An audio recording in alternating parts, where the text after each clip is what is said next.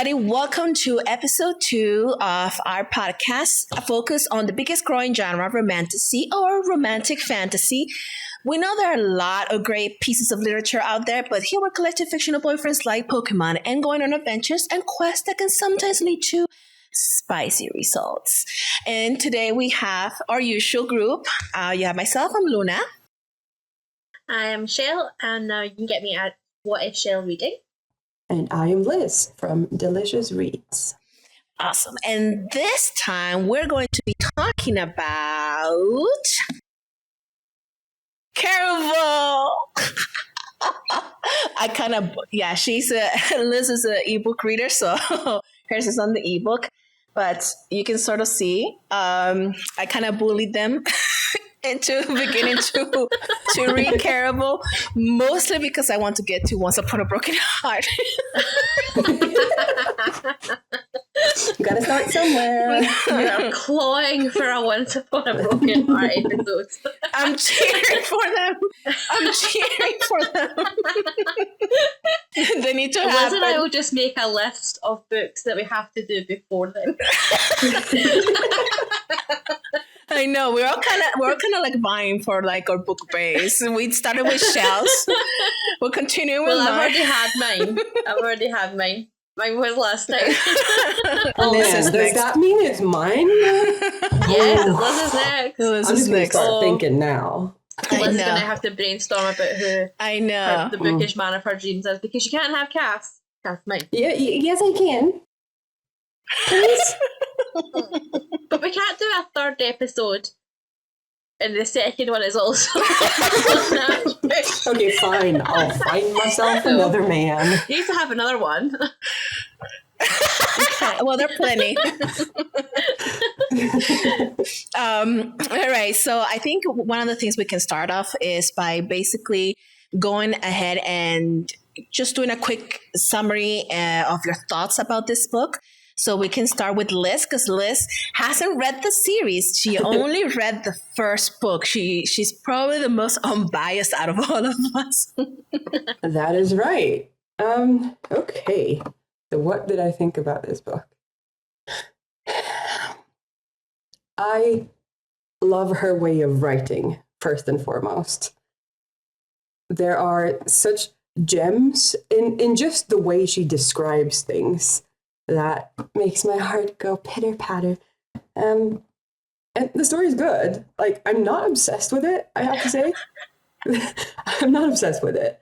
The book itself was good. The last couple of chapters, my entire world just turned upside down. I was like, oh, right, that's why you like it so much. So that is my opinion right now. I like it. And Chelle, go ahead. The second person, because she hasn't read the series in a while, so go ahead. Yeah, like that's the first time and last time that I read this series was about 3 or 4 years ago. But like I did a reread of Caraval, like the last week for this episode, and it just kind of felt like going home in a sort of way. Like, I freaking love Caraval. I completely fell in love with it, and I think it was the book that sort of started like the fantasy fiction obsession in me. But I love the world, and I love the magic, and I love the characters, and Stephanie Garber has got like this beautiful way of writing that it's almost like a gentle flow.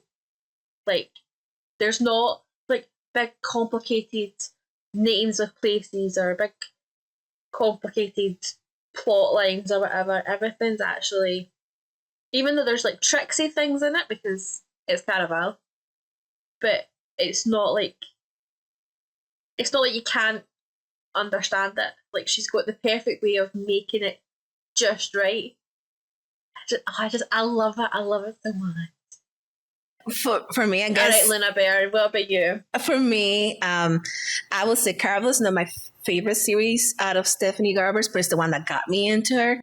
And I agree with everybody that her writing is just, it's beautiful. Her writing, it was such a nice breath of fresh air. And through her, I discovered that I like this whimsical style. She's very whimsical in her writing and her world building. And again, with the words not being too difficult, I mean, they're in Spanish. We have la serpiente, which is the serpent. There's a lot of Spanish words in there, which is good for me. I can finally pronounce things. Because I think, was Julian not Spanish or of Spanish? See, it's hard to say. He kind of looks Spanish to me, or Latino, or like Caribbean is, because he's kind of this pirate, but it's hard to explain, right? But I enjoy Caraval. Caraval was like such a mind twist thing, and it was, you kept going through the page because you wanted to know what happened next. So I think Caraval is like a great introduction to Stephanie Garber's writing. She reminds me, her whimsical style, that the style of writing that speaks to people's soul, reminds me of Rebecca Ross. A little bit. Yeah, I can see that. A little bit. All right. Like, I would say, like, if Caraval to me is like the perfect book for someone who's never read like a YA fantasy. Yeah. If they wanted to try it, it's the perfect starting point. Like, Stephanie Garber just kind of lures you in like with little breadcrumbs to begin with. And it's like, yeah, I'm sold. And I will say it's one of those YA books that are written kind of like for adults. It's not too childish. It's not too childish. Mm-hmm. All right. So we're going to be moving on to the next section, which is the art of the quill. So when the art of the quill, we discussed the actual writing, since we're already talking about writing, the actual writing, some of our quotes, and the actual construction of the novel. So for starting off, one of the important things of a book is how it opens up, and sometimes how it hooks you. It doesn't have to be in the first page. It could be in the first chapter. But how does it hook you into the story? I have my answer. I mean, it literally starts with one line. It does. The first page is one line. And honestly, that one line makes the entire book. Yeah. Remove it, and I probably wouldn't have read it. Yeah. Well, yeah, I would, because you would have made me. But I wouldn't have wanted to read it. We check up on her all the time. So, are you reading? Yeah. I really feel like the baby here. Oh, look at her line. You're the Caraval baby. Exactly. You're the Caraval baby. I think with the fact that the first chapter is almost like the first half of the first chapter. Well, the first page is like 7 words. One line. Yeah. And then like the next couple of pages are letters. Like beautiful letters of someone who is desperate to go to Caraval. So instantly you're like, what, why? Why does she want to go to Caraval? Why does she want to go there? Why is she so desperate? They're like, straight away you're just like, okay, I'll just keep going. It's the perfect way to start, I think, because sometimes the first chapter in a lot of books, it can be like really informative and sometimes kind of draining. Like, you're kind of trudging your way through information when you first start a book. Whereas that one is just like, it's the perfect way to just kind of suck you right in. It is. Agreed. It is. It's like such a perfect like one hook. It took me 7 years to get this right. Is that what? Yeah, what 7 years to get this. 7 years? Why? It makes you start asking questions immediately, which it keeps you asking questions throughout the entire thing. Yeah. Can I trust him? Even though the book is so like out, like front and center, like, you know, this is not real, but you're still like, oh my god. I know, it's like straight away, like I think like very early on, I think even before they get to Caraval, someone says it's only, it might have been Julian, it's only a game. Yeah, which actually, and you keep forgetting as you're reading, you're like, this is a game. Yeah, it's only a game. You keep forgetting it. It's a little bit like Liar's Game, sort of like story, which brings Chelle, you give me the perfect segue to go into like going a little bit into hopping at one point, going into favorite quotes. What are some of your favorite quotes of the book? Liz, I'll start with you. I've got a few. As we said, her way of describing things, especially emotions, is gorgeous. But the first one that I wrote up is, Scarlett's words came out garbled, as if she'd bitten them into pieces before spitting them out. It's just... Yeah, I like her writing. She does have a really good way of kind of describing it to the point where it's like not overbearing, but it's like you can see it clearly. Like, yes, I have. Rather than just being like she stumbled over her words, she did. I know, it's wonderful. I mean, I have one like that kind of describes. She has a good job at describing emotions of the characters, or like the emotional state of the characters.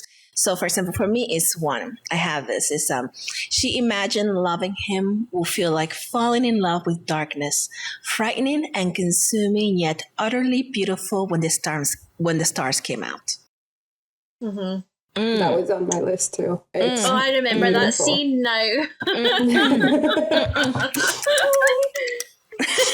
Well, see, you get like, there you go. Liz has got one that's like describing like how someone speaks or like portrays himself. Linus, like you have always depicts like how to describe like emotions. Mm-hmm. Whereas I've got an actual quote from a character, and I think I'm about 99% confident it came from Donatella. Very, very early, maybe chapter 2, and it says, "There's more to life than staying safe." Yes. Mm-hmm. And I love that line because it's just like, be brave. Yeah. Be brave. Yes. It's a good life lesson. I really, really like that. Yes, and the fact it came from Donatella. Yeah. That says enough. That's very true. And I think it's the perfect way to describe Donatella or Tella.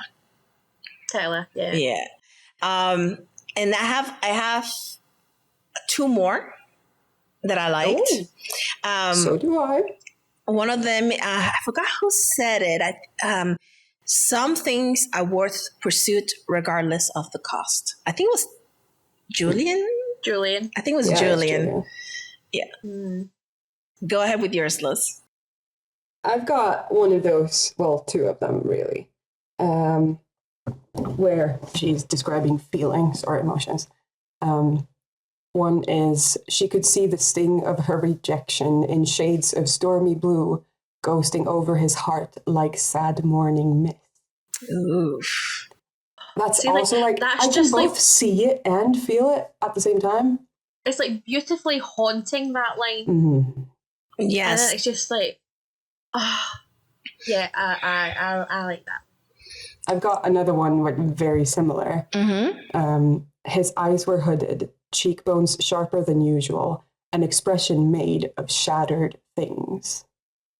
Oh, see, that's also such a good one. Yes. It's so. Why didn't I write these down? Why didn't I choose those as well? That is a really good They're one. beautiful. Like when I read them, I was like, I have another one. I stopped reading for a while and just felt them. Just basked in the light. I have another one. Okay. She'll disappear like a broken star, leaving the world untouched, save for the bits of missing light that no one will ever see again. Stephanie Garber is a poet. She's a poet. She's a poet. It's so good. It's like, how do you come up with these beautiful things of describing? And again, this is like, it's not... Some authors sometimes are overly verbose to try to sound poetic. Yeah. She does it with very few words. I mean, she's very intentional of her words. Yeah. Yes. Like, she's, like, I think that's probably why, like, we love Caraval so much, is because, like, the world itself is whimsical, but so is the way she writes, and it just kind of complements both. I know. And just wait. Oh, I want to read it again now. I'm just waiting for Liz to read Legendary, and you know why, Chelle. You know, I can't remember why. When you guys do this, it's just Hang on. You learn something. You learn. I'll be right with you. You learn something in Legendary that's very important. I hate you. Guess what I'm reading next? You learn something very important in Legendary. What? Tell me what? I hate it. Why do you do this? To make you read it. To make you read it. Oh, remember?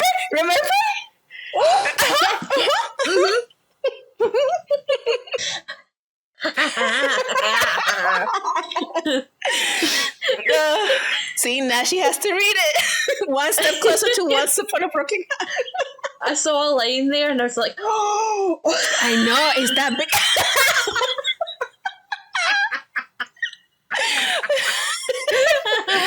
I am done with you both.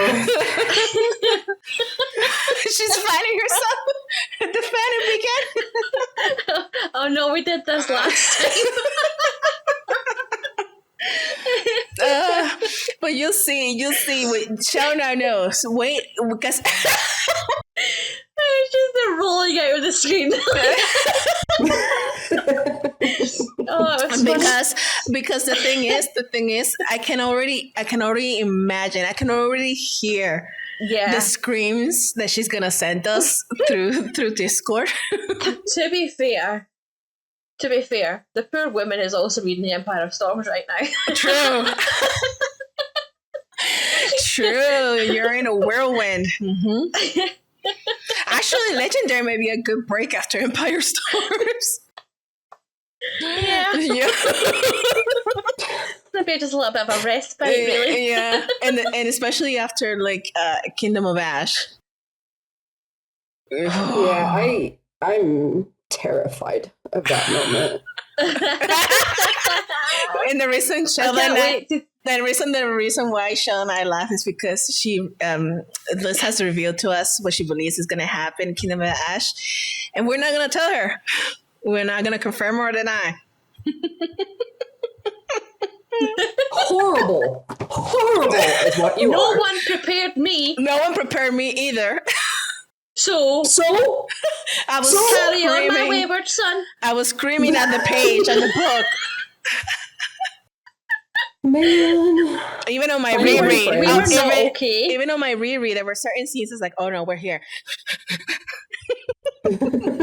Like, I'm pretty certain, like, if I had a heart monitor on when I was reading that, I would have been called into a hospital straight away.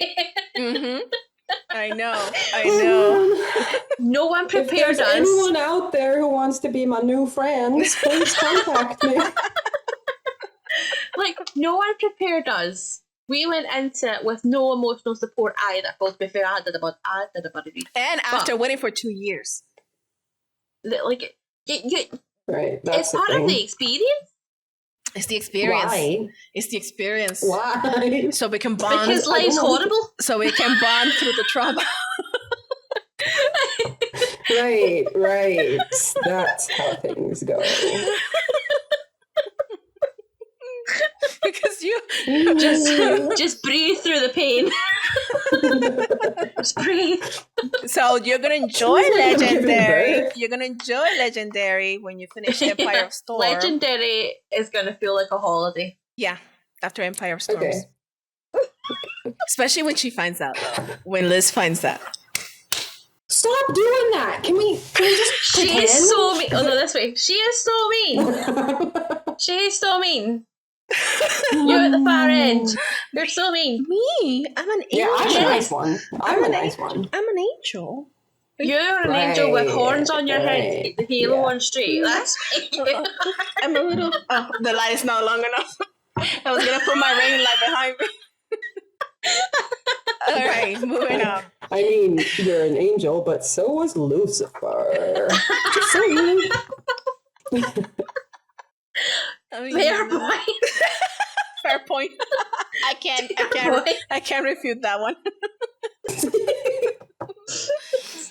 A very good point. I mean, you can't argue with that. I can. I know I can right That's now. a mic drop. It's a mic drop. Today, mic drops belongs to Liz. My cheeks are, my jaw is hurting again.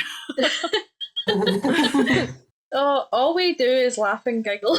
True. All we do. True. We were serious for a good part, and then it broke. They broke. And then it all just falls to bits. Exactly. All right, so we're gonna move on to plot archetype. Sorry, to the plot archetype. Which plot archetype do you believe was used in this book? It's a big mystery story. Yeah, And like a rescue plot. Yeah, it has essentially. Yeah, I think this book has like 2 to 3 plot archetypes, right? At the beginning of the book, we have several promises. One is just to rescue Donatella. The other one is kind of like a trial, sort of like a competition to win Caraval to save Donatella. I guess it's more of a subplot archetype, and then also a self-discovery plot type for Scarlet. A lot of that. Because she wants to be safe. She wants to keep her sister safe, but her also to be safe, hence why she wants to go with the Count. I think those are the 2 major. Because for me, it's important when we talk about plot archetypes, the promises that you have at the beginning of the story, how it carries through the book, right? Because I think that makes really good writing and doesn't take you on a whole whirlwind of weirdness that we were discussing prior when we started recording some of the weird stories we read. What about you, Liz? Did you agree or you have other views? Yeah, no, you both are right. Right. Is there I am right. Answer? I am right. I agree with your analysis. Right. She has the power. I have the power of the next upcoming game. Oh no! All right. You love to torture people. See, don't talk like you're innocent in the whole torturing people. Like, to anyone listening, like, what you need to know about Luna is Luna will love you dearly and she will care for you deeply, but she will traumatize you and wind you up. Indeed. But she'll do it with love. I'll do it in a very loving way. Yeah. Because the thing is, before I even give it to you guys, I did it to myself. Thinking about all of this. Yeah. My mental images for that sentence alone. God, Susia!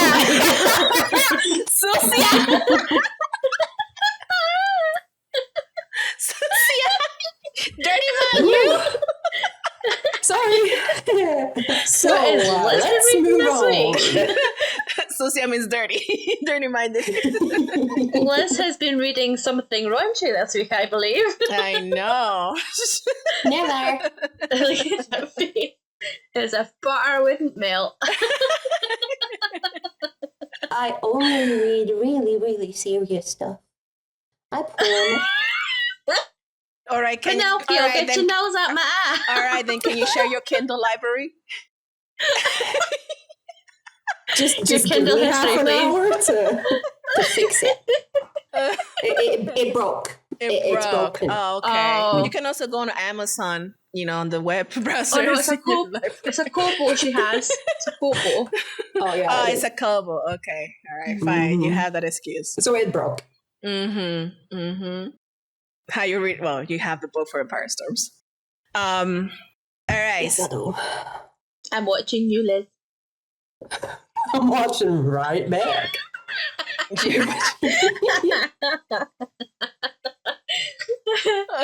All right, so we're moving on to world building. What did you think about the world building of Caraval? Like, Stephanie Garber keeps it light with world building. Like, she'll give you like a brief description of everything, but like for me, I found there was like lots of gaps in the world building where it's almost as if she's letting you create the world for yourself in your head. Does that make sense? Yeah, Yeah, it does. They're sort of like filling the gap spots, so you just kind of like imagine what the rest of it would look like. Like, this particular thing has been described, but everything else around it is sort of yours to play with. Yeah, I agree. And I think part of the reason why her world building was slight is because it is part of the mystery. You don't know the world. Yeah. You're thrown into there, and part of the mystery is figuring out the world. Is this real? Is this magic? Well, I know it's a game, but why? What? Huh? Why is it? And so that's a part of their journey as well, right? Exactly. It's not just Yeah. us readers. Like we get to know what the streets that they're on look like because that's the only thing they know. Exactly. Yeah. Exactly. And I It's think constant and unveiling. it's very vivid in my mind. The way that she does it is See? very vivid. I can tell what Caraval looks like, the ambience, everything. So it's really weird, like the fact that like the first time I read it was like years ago, and then having like picked it up again. Like as soon as I picked it up again, I was starting to read it. I was actually remembering what it looked like to me 4 years ago. Yeah. Like it's like that still ingrained in my head as if it was a place where I'd actually been before. Yeah. And I can remember it. And Like the that's the way rooms. it played out in my head. Exactly, like the rooms, even the tunnels. I can picture it all. Oh, the tunnels. I can see those. And also when they're on the balcony and looking down. Yeah, on the everything, balcony, I yeah. can definitely see that. I can definitely see that Oh, too. man. So good. All right, so we're going to be moving on to the voices within the pages. We're going to be talking about characters. So we begin with our favorites. Which one is your favorite character and why? We'll start with Liz this time. Man, why do you do that? Can I say something?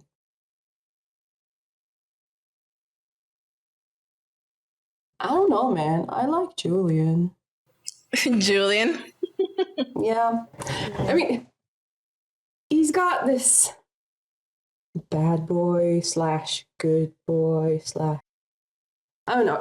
There's depth in him, and you don't really. He's not as well described, so you kind of have to guess. And that's the thing with the entire book. You constantly have to wonder and guess, and that's why I think I like him best. Still not sure though. No, it's good. I'm just trying to keep my mouth shut or something. Hate you both. What about you, Chelle? Change to Julian. But then, on second thoughts, I've changed it to Julian because he was the one who always kind of convinced her to be brave and to take the next step. And, like, fair enough, there's always this, like, mystery about him, and, like, do I trust him, do I not trust him? Like, But he was kind of her guide through it. So, I don't know, I like side characters. I've got a little soft spot for a good side character. Oh, So I've changed it to Julian. Oh, for me, it's a character you probably wouldn't even think about. Oh, who? I think I said it. I think I said it in my review too. My favorite character, which I don't know if it could be considered a character or not, but to me, it's a character, is the dress. Yes! I don't even disagree with that. It's the I dress. want that bloody dress. It's the dress, because the dress is like, for me, was like the cereal, okay? It Like, betrayed I want that her. bloody dress. I know. Like, could you imagine never having to worry about trying to find an outfit? I know. And then the However, it would be Fabulous. kind of a pain in the when the dress gets moody and decides that you're supposed to be doing something that you're not doing. I know. And it's like, oh, I know you like him. or you should like this man. So. Hey, maybe it might help me in my love life. I would sign up for that. Like, it'd be a bit of help. I agree. I need a support system. I agree. That's why the dress for me is my absolute favorite. Because it's I will agree with that, because the dress was sort of a character because it did have mood swings. And it's like, go on, girl. You know you want it. You know you want it. Totally. I'm angry. So I love the dress. Now, least favorite character. Oh, easy. I think we all agree on this one. Scarlett's dad. The dad. He can go fuck himself. Honestly. What a prick. Yeah. He's such a prick. He's an annoying prick. Oh, just straight out the bat, you're just like, I fucking don't like you. Yeah. And then later on, you're like, I fucking hate you. I know. At the beginning, it's like, you deserve a chancletazo, my man. Like, seriously, get your act together. And then by the end, it was, you deserve a machetazo. That's what you need. And for those that don't know, machetazo is like a machete. Ooh, machetazo. Jesus. I got quite violent towards the end. She got aggressive. I got aggressive. I mean, can you blame me? Upgraded from sandal to machete. Exactly. Those are the two tools of a Puerto Rican. A chancleta and a machete. I wasn't sure there could be anything worse than the flying sandal, because that thing could go around corners. But no, do you know what? I stand corrected. The machete. Yep, the machete is. I grew up with machetes. Like, my dad had like two rusty machetes in the marquesina. I don't know how you say marquesina in English. Like, it's not. I don't know. It's like a side to the house. There's this. I don't know what to call it. Honestly, it's a side to the house that's outhouse. No, it's not an outhouse. It's like, it has a roof and it has like a wall, but it has like a gate that you have to enter through.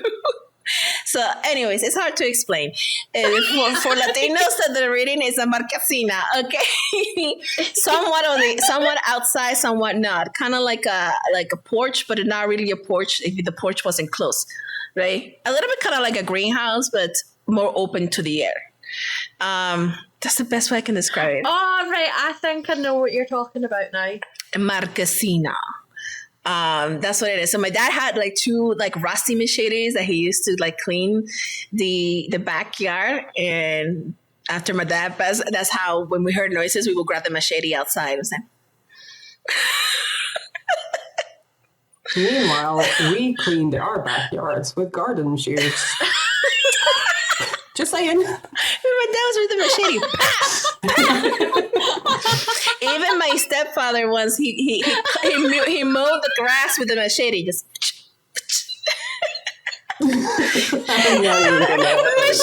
machetes are either the most dullest weapon or the sharpest one. It's one in the between.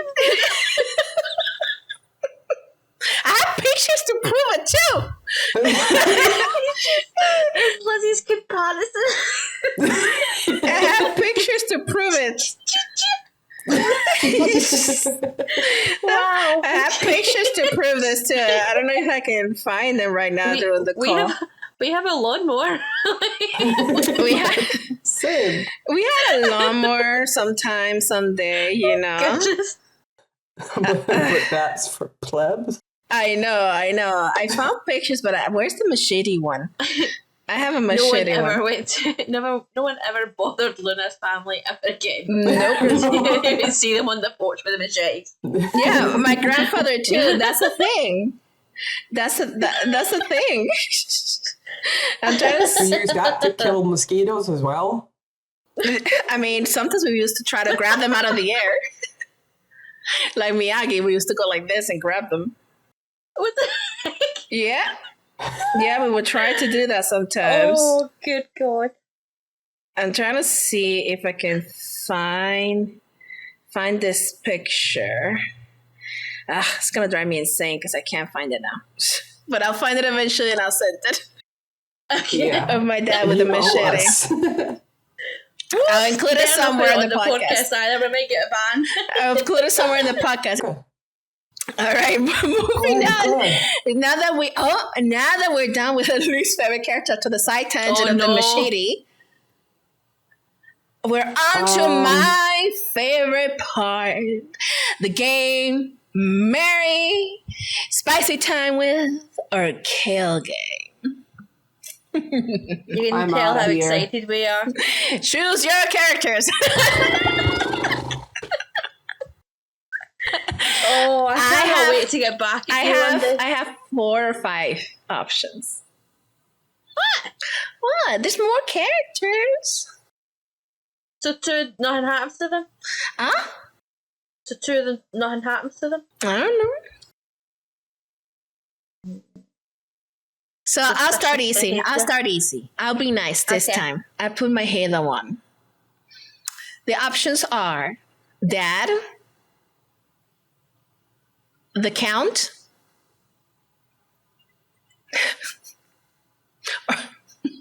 or Legend. Oh, Christ almighty. Well, I'm killing the dad. Oh, absolutely. See, I said Oh. easy. It's easy. He get the machete. The machete.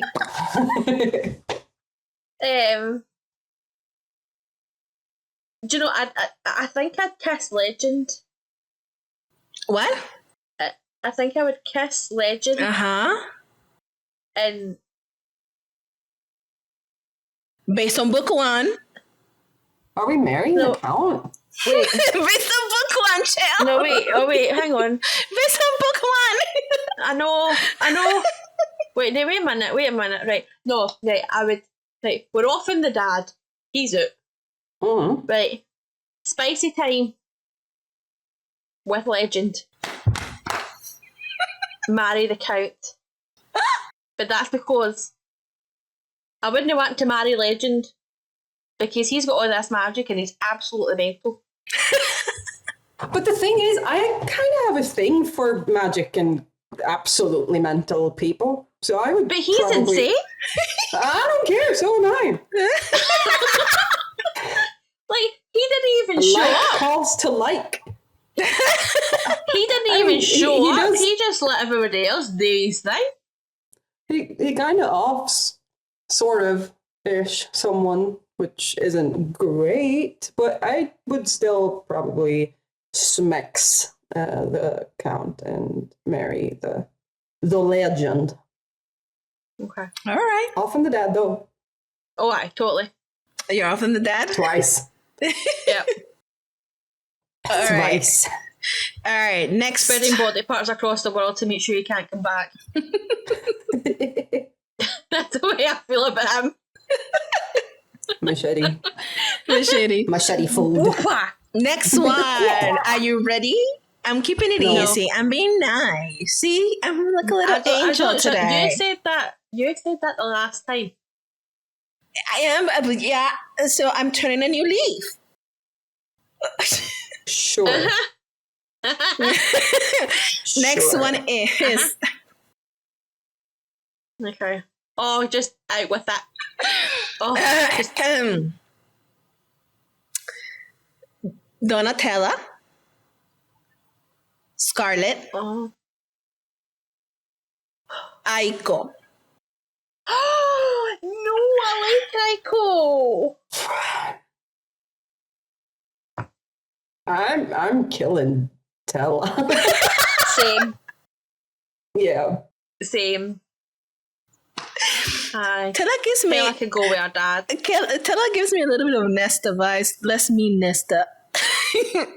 No, but she's Yeah. a twit. Yeah, she was outright. Like, And so far, she doesn't even have very many redeeming qualities. no. No. All right. Often Tella, smudging Aiko and marrying Scarlet. Yeah. All right. Good. An agreement there. An agreement. Yeah. All right. Next, your options are Julian, Dante. Ready? No. Scarlett's mom. Scarlett and Donatella's mom. I mean, she's only mentioned. Only on book 1. Book 1. I know. Why I'm doing I it. had to say she's only mentioned. I'm doing this more for Chelle. I see what you've done there. But mine is easy right now because I've only read Caraval. Yeah. So I'm offing Mommy. I'm smudging Dante and marrying Julian. Sorry, you're offing Mommy. Poor Scarlett. She's Please don't quote me on that. What were your options? Sorry, offing. I didn't hear anything after offing Mommy. What is it? Offing Mommy, smudging Dante, and marrying Julian. Okay. Based on book 1. Yes, Chelle? It's giving me a twitch. Yes, Chelle? I would agree. Do you? I would agree with Liz. It's hard line there on Actually Caraval. twitching. My nose is actually twitching. Yeah, I would agree. You okay? Breathing. You okay over there? No. let's wait a minute. Luna, what would your answers to this be? I can tell you. I would.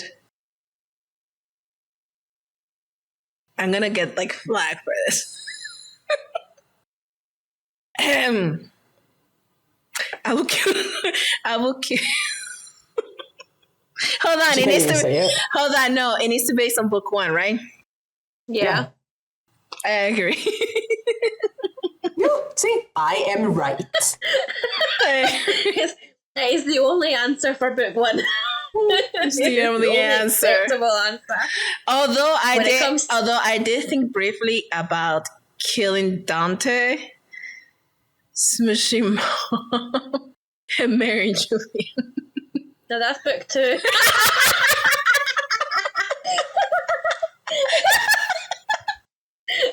I hate you both.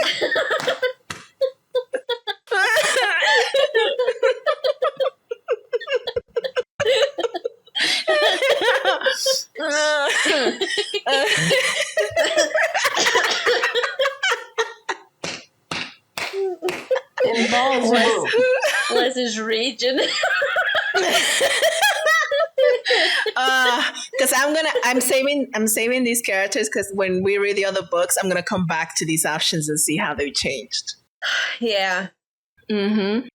Are you okay?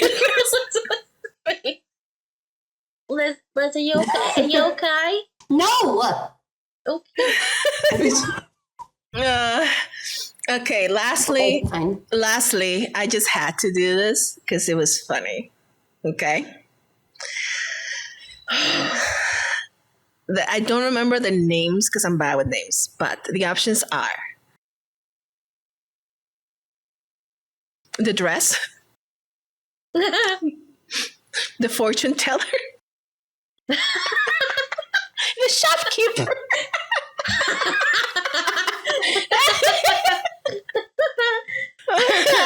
I'd marry the dress. Yeah, I'm marrying the dress, killing the shopkeeper, and smudging the fortune teller. Same. And I'm going to come back to it eventually. Chelle may know why. I had to put them in. I had to put them in for a reason. There's a reason I'm putting them in. Let's just Liz, I think, see, when it comes to like the next one that you have, like, if you haven't read the next book, just read the second one before the podcast, and then she can't torture you. Oh, you mean read finale before the podcast? Mm-hmm. No, because that's the point. Because legendary, the legendary, it's legendary is legendary. Yeah. So, but see, just so that she cannot wind you up, read legendary and finale. nah, really just and then legendary. she can't torture you like this. Maybe I This can. is bullying in the workplace. Maybe I can. You don't know. I have quite She would options, probably find a way. especially of some of the characters we meet in finale. Oh yeah. Oh, Do we yeah. get the Once Upon a Broken Heart characters in finale? Oh, right. Why am I asking questions? Sorry.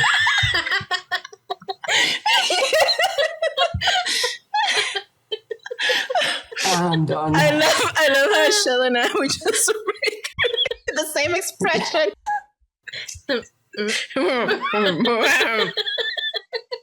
I will only answer one thing. You definitely meet one Yeah. of them. Can you guess which one?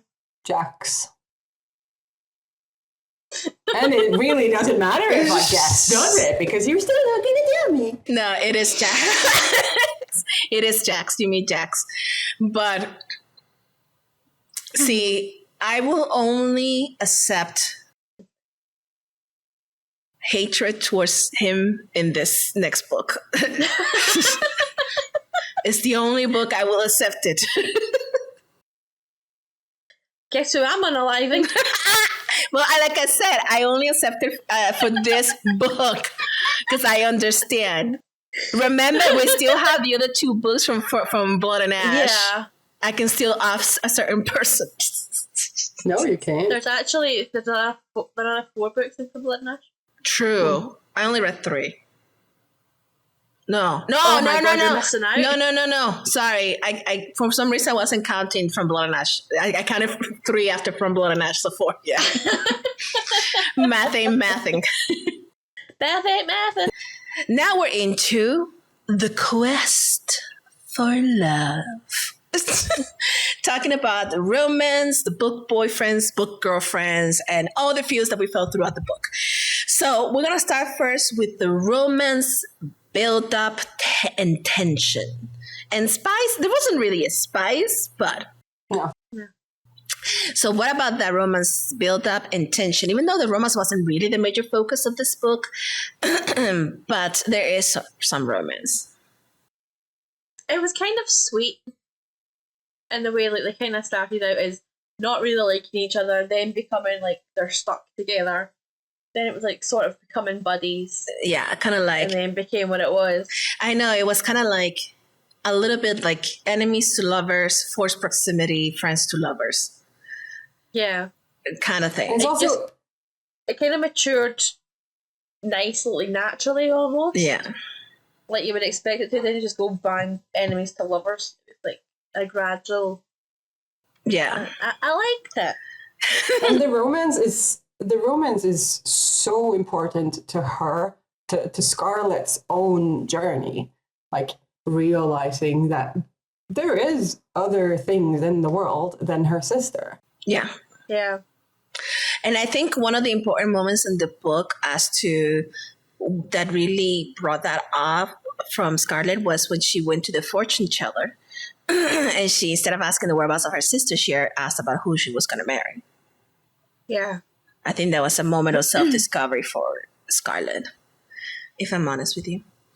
And what about... Which to me was a bit random, because it's like, right, you're here because you're desperate to find your sister, but that's not the question you asked. I know. And that's not the question you asked.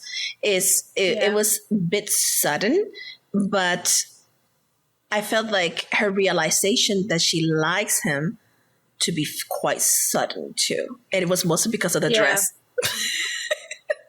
The dress convinced her. The dress convinced her. And what the tension in this book is basically, you can't really trust Julian. No. You can't trust him. It's just like, do I trust Julian? Do I trust Dante? Do I trust any of them? But we like a red flag. Yeah, we do. But sometimes you don't, well, yeah, exactly. Sometimes you don't even know if you want to trust them. You're not trying. You're just going on the roller coaster with them. Yeah, exactly. It's like, you're being shady. Oh, but that's kind of hot. Exactly. I don't like what you just did, but I like you. Exactly. I don't like what you just did, but you're kind of hot, so it's okay. You're a pirate. It's okay. What about some of your favorite moments? Like, I think that favorite moments in this book, for me at least, is really difficult because it is a journey. So you have to keep reading constantly. You're not really in the moment because you constantly want to move forward. So I can't even say a specific moment that I like. I think one of my favourite moments, like when it comes to like the relationship wise between the two of them, was the scene where Julian comes back to the room injured because he's been in a fight in order to retrieve the earrings that she had stolen because they were important to her. It was like, because at that point they still weren't best mates or anything like that. Like, they still weren't really friends at that point, but he could see that she cared about those things. So it was like, I think that's when like sort of so the dynamic sweet. Changed. It was really cute. It's sweet. And you kind of saw a sweet side to Julian, because until that point you hadn't really seen a sweet side. I agree. For me, it was something along the similar lines. And Chelle, please feel free to cut me off if I confuse two books. But it was when she had to give up 2 days of her life. Yes. And he decided to take one, and they both went down. Granted, she woke up and was like, "Oh, I can't trust you." But it was like, "Girl, she just gave up a day for you. I just gave up a day for you. What are you talking about?" I wanted to slap her. Nice. Like, she gave me a Poppy moment. In that moment, she really reminded me of Poppy. It's like, I know, anger first, thoughts about it later. Exactly. Aye. Exactly. All right. And so some lesson takeaways for some real boyfriends, like real IRL boyfriends or girlfriends. What we like about this romance. Like, I'm a sucker, right? I think I said this in the last episode as well. But cheeky banter bloody works. Cheeky banter works. It just works. Like, it's just... But there's a fine line between being cheeky banter and arsehole banter. Yeah. Like, there's a very fine line. As long as you're stick to the cheeky banter side, then you have bloody won. Exactly. Yeah. And having like... I love it. And having like fun nicknames for each other. Sometimes. Yes. It's Crimson. Cute. Crimson. I know. Crimson. It fits her so well. But yeah, it's and even if, for example, from Ball and Ash, even if he didn't use it, it's like, you murderous little creature. I kind of want to say it with the British as you murderous little creature. Or could you imagine Tom Ellis saying that? You know who I imagine that I will melt immediately? Let's just die. No. Did you know who I will imagine I will melt immediately because of the voice? Tom Hiddleston. Who? Tom Hiddleston. Loki. Loki. Oh. Don't think I don't about know, man. don't think about Loki. Think about that movie he made that was kind of Victorian. He had a scene that I'll show you guys. I'll convince you to my Tom Hiddleston camp. I just Googled. That was To enough. be fair, I quite like Tom Hiddleston. How dare you? I would still choose Ellis though. Oh, but- Tom Ellis could read me the phone book and I'd fall in love. Same. Like, oh my god! Do you know, I could not. This is how terrible my love for Tom Ellis is. I could not finish watching all of Lucifer. Oh, him. Okay, I didn't know who Tom Ellis was. Oh, I him. couldn't finish I watching that agree. series because it upset me about how he was with someone else. I couldn't bear it. So I've never finished it. I agree. I forgot who he was. I forgot Tom Ellis. Okay, I forgot who he was. Now I know. I was like, who's Tom Ellis? He's freaking delicious. I know. I agree. Yeah. I agree. I forgot about him. It's the photo of him walking out of the pool. Oh, the season 4 trailer.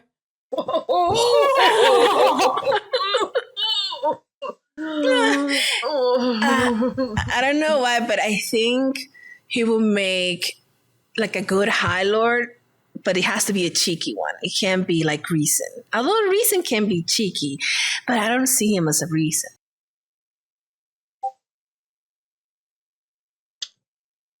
And I don't see him as Cassian either. And he's too loud for Azrael.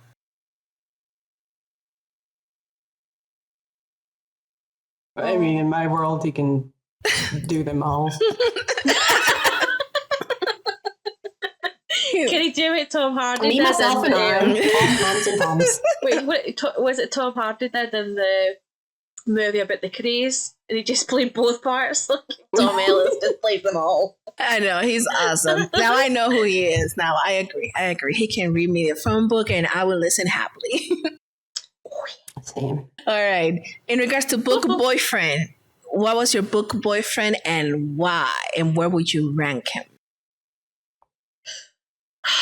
Book boyfriend for me is obviously going to be Julian. Julian? Yeah, same.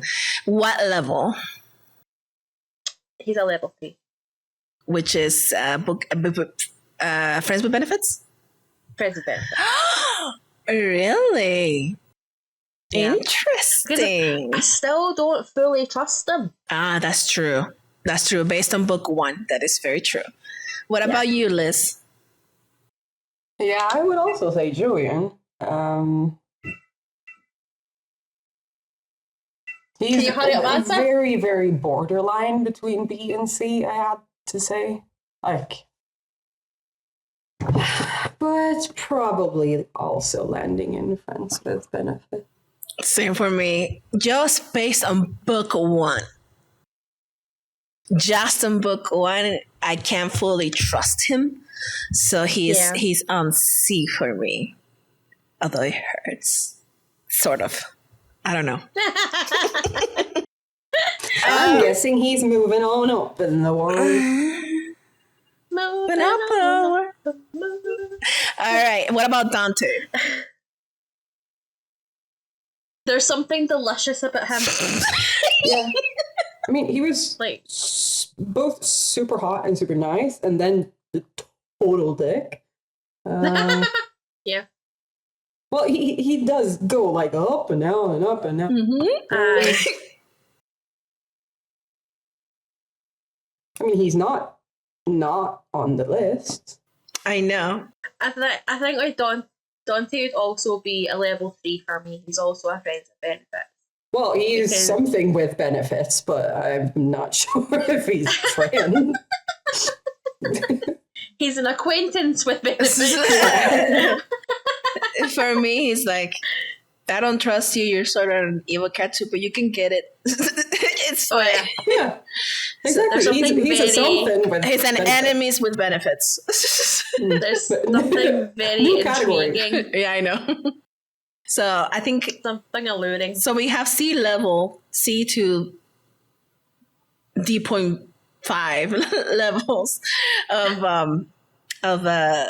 boyfriends in this book on book one, based on book one. Yeah. What about book girlfriends? I know we have 2, maybe 3. Tella is not on my list at all. Tella's not on my list either. I want to put She's it. I so want to nice. put it in everybody's list, and there's a reason. In Chelle, you know why? So, Yep. so Well, she's in the bottom anyway. She's level 5. She is zoned out. Yeah. yeah, same. She's level 5 for me. What about Yeah. Scarlet? I I just didn't. searched through the Discord conversation that I had with you guys when I was reading it, and I see am I the only one who goes from loving to hating Scarlet every 2 minutes? So I because I read the end of the book, it kind of changed, but throughout the book as a whole, I did not always like her. So I wait. think she ends up on a friends with benefits too. So you had Same. the experience with Scarlet that I had with Poppy. Yes, you did. That's my experience with Don't Poppy. come from my Poppy. I love Poppy and I hate her at the same time in book 1. Okay, I'm still dying on this hill. I'm dying on this hill. Okay.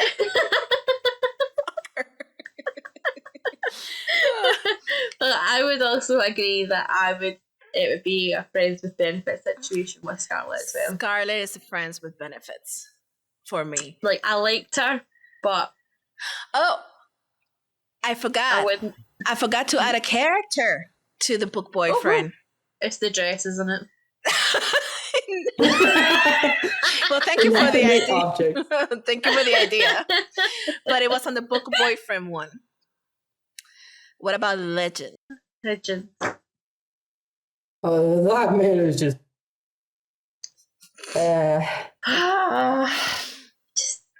I know it's But hard for he's you. half- being seriously disturbed is still kind of hot. The bigger the red flag, the more I'm on it. So he is on the list, but he's probably with Dante. Like, he's something with benefits. Liz? I thought it was me. Liz, you're back? Yes. All right. All right. So let's start from the beginning with the red flags. Yes, the bigger the red flag, the more I'm on it. So Legend is on my list, probably in the same category as Dante. So something with benefits. Okay. What about you, Chelle? What was level 4 again? Friend zone. Between friends and benefits then. It's friend zone and Friend zone. ghosted. It's the last one.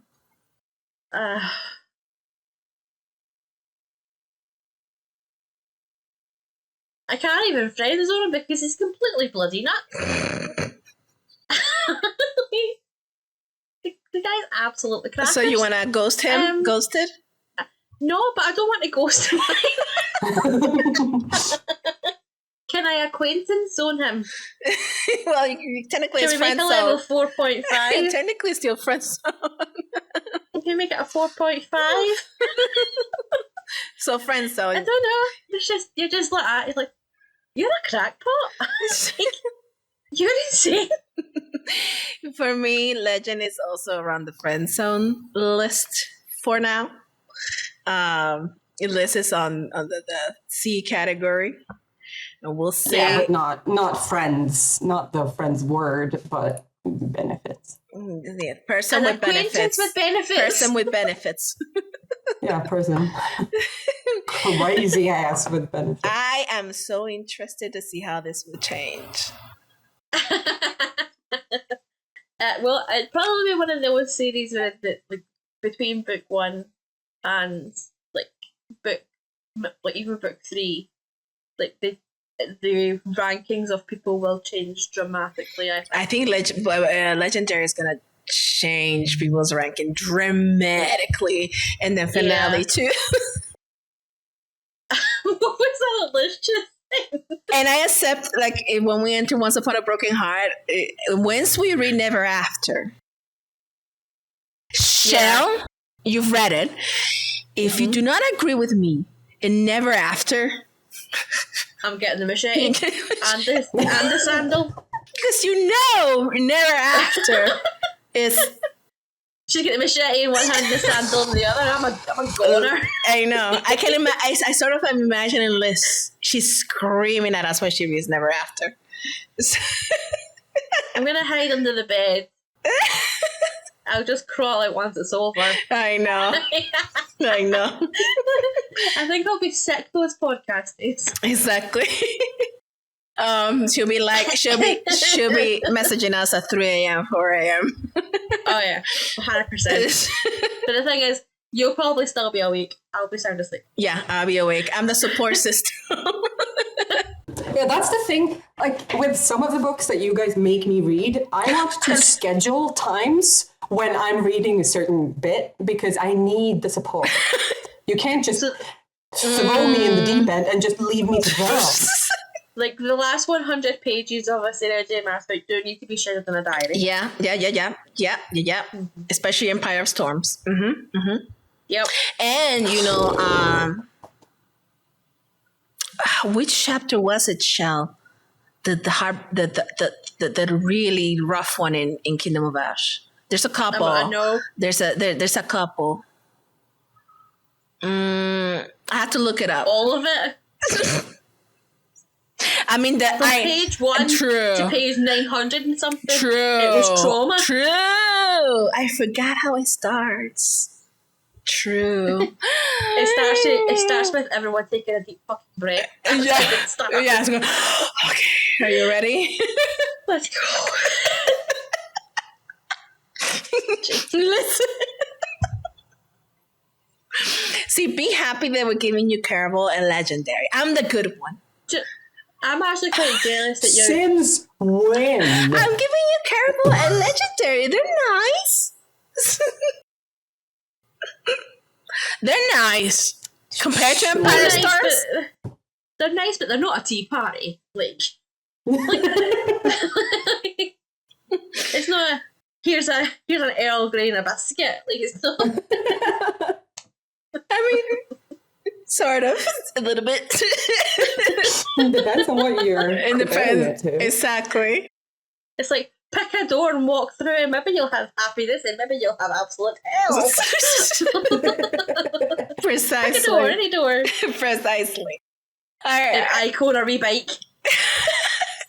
Precisely. So for me, for the listeners, if you are getting out of like a very heart-wrenching book, I think Caraval is a good... that it's not a cozy fantasy, but it's also not traumatizing.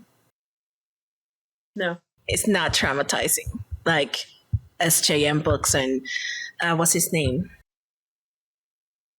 The name of the guy for the Nymph series. I forgot his name. I'll tell you later. I'll tell you later. It's not also Heartless by Marissa Mayer. Or A.K. Mulford. So, yeah, A.K. Mulford. Yeah, exactly. So now we're gonna... Or the Yaros might have traumatized us a little bit. Rebecca Yaros, 100%. Yaros, yeah. Yes, a little bit. There was a few moments I wanted to launch those books across the room. In book 1 and in book 2. Both. But definitely 2. Oh, I had a book hangover so badly Maybe after Iron Flame. I thought I was never going to read again. Maybe he's not Endgame. Shut up. We don't need that kind of negativity in here. Maybe he's a Sam. Get unalived. She will get unalived if she kills him off.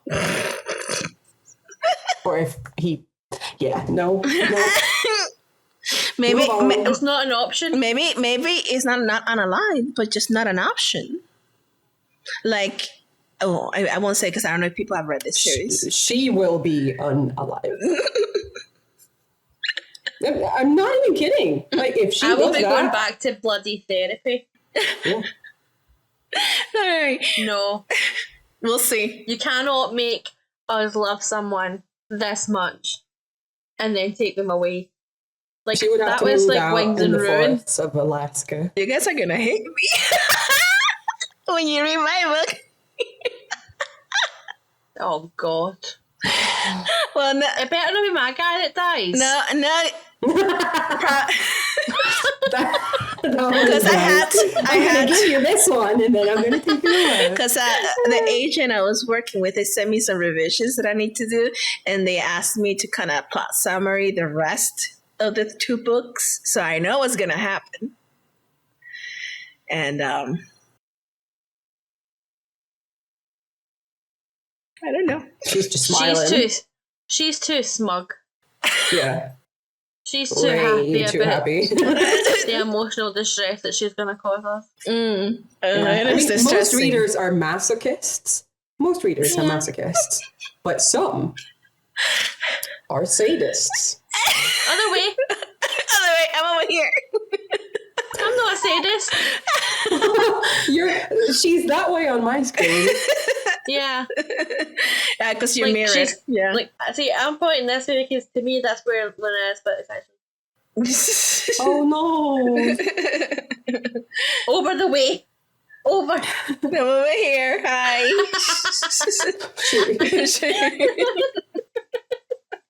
For me, you guys are over here. Everyone's over Rogan. here. Exactly. I'm waiting till we in person. Yeah, right. All right, so we're gonna reach out to the point where we're going to do a merchant shout out. Shout out. So for this one, we decided to pick one merchant because they recently released a collection that was so good. Currently, you can go out and pre-order their bookmarks. I went on the day of the sale and I bought a couple shirts. I do have to say they run a bit big on me, so I probably needed to size down, probably 1 size or 2 sizes, but I still love them and I'm going to wear them in the house because it's Once Upon a Broken Heart.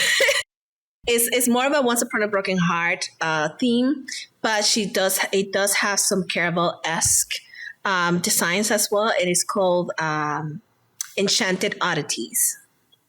And if you follow me on Instagram, you've probably seen a lot that I posted about this.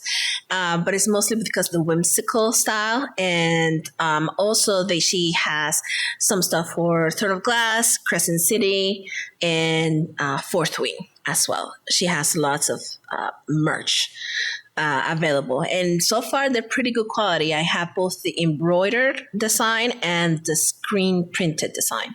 And they're pretty good quality. I do like them. And that's the merchant I had. That's the merchant I had. It's more Once Upon a Broken Heart, but I don't care. She had to get it in there. I had to because I or you know this is still available in special editions on Caraval on Amazon. You can get one. I meant one. There. I'm not much of a Caraval merchant person, but I love my Once Upon a Broken Heart. Leave me alone. I mean, look at my profile picture. Yeah, we know. We don't get away from it. Give that girl an apple and she'll love you forever. I will. Oh, dude. They've got From Blood and Ash stuff. I as know. well. I know. They do. Huh? They do. I did the big Googles.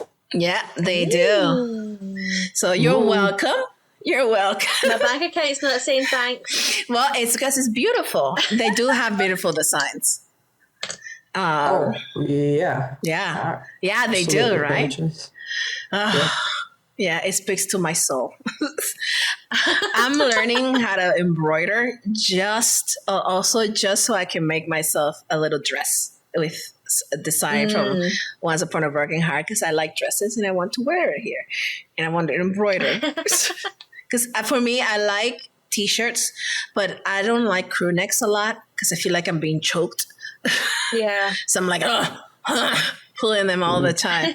So I just wish they had like V-neck designs so I don't choke myself. Now, next time we're going to be recording, we're going to be picking a new book. What book it is coming up. Preview coming up right now.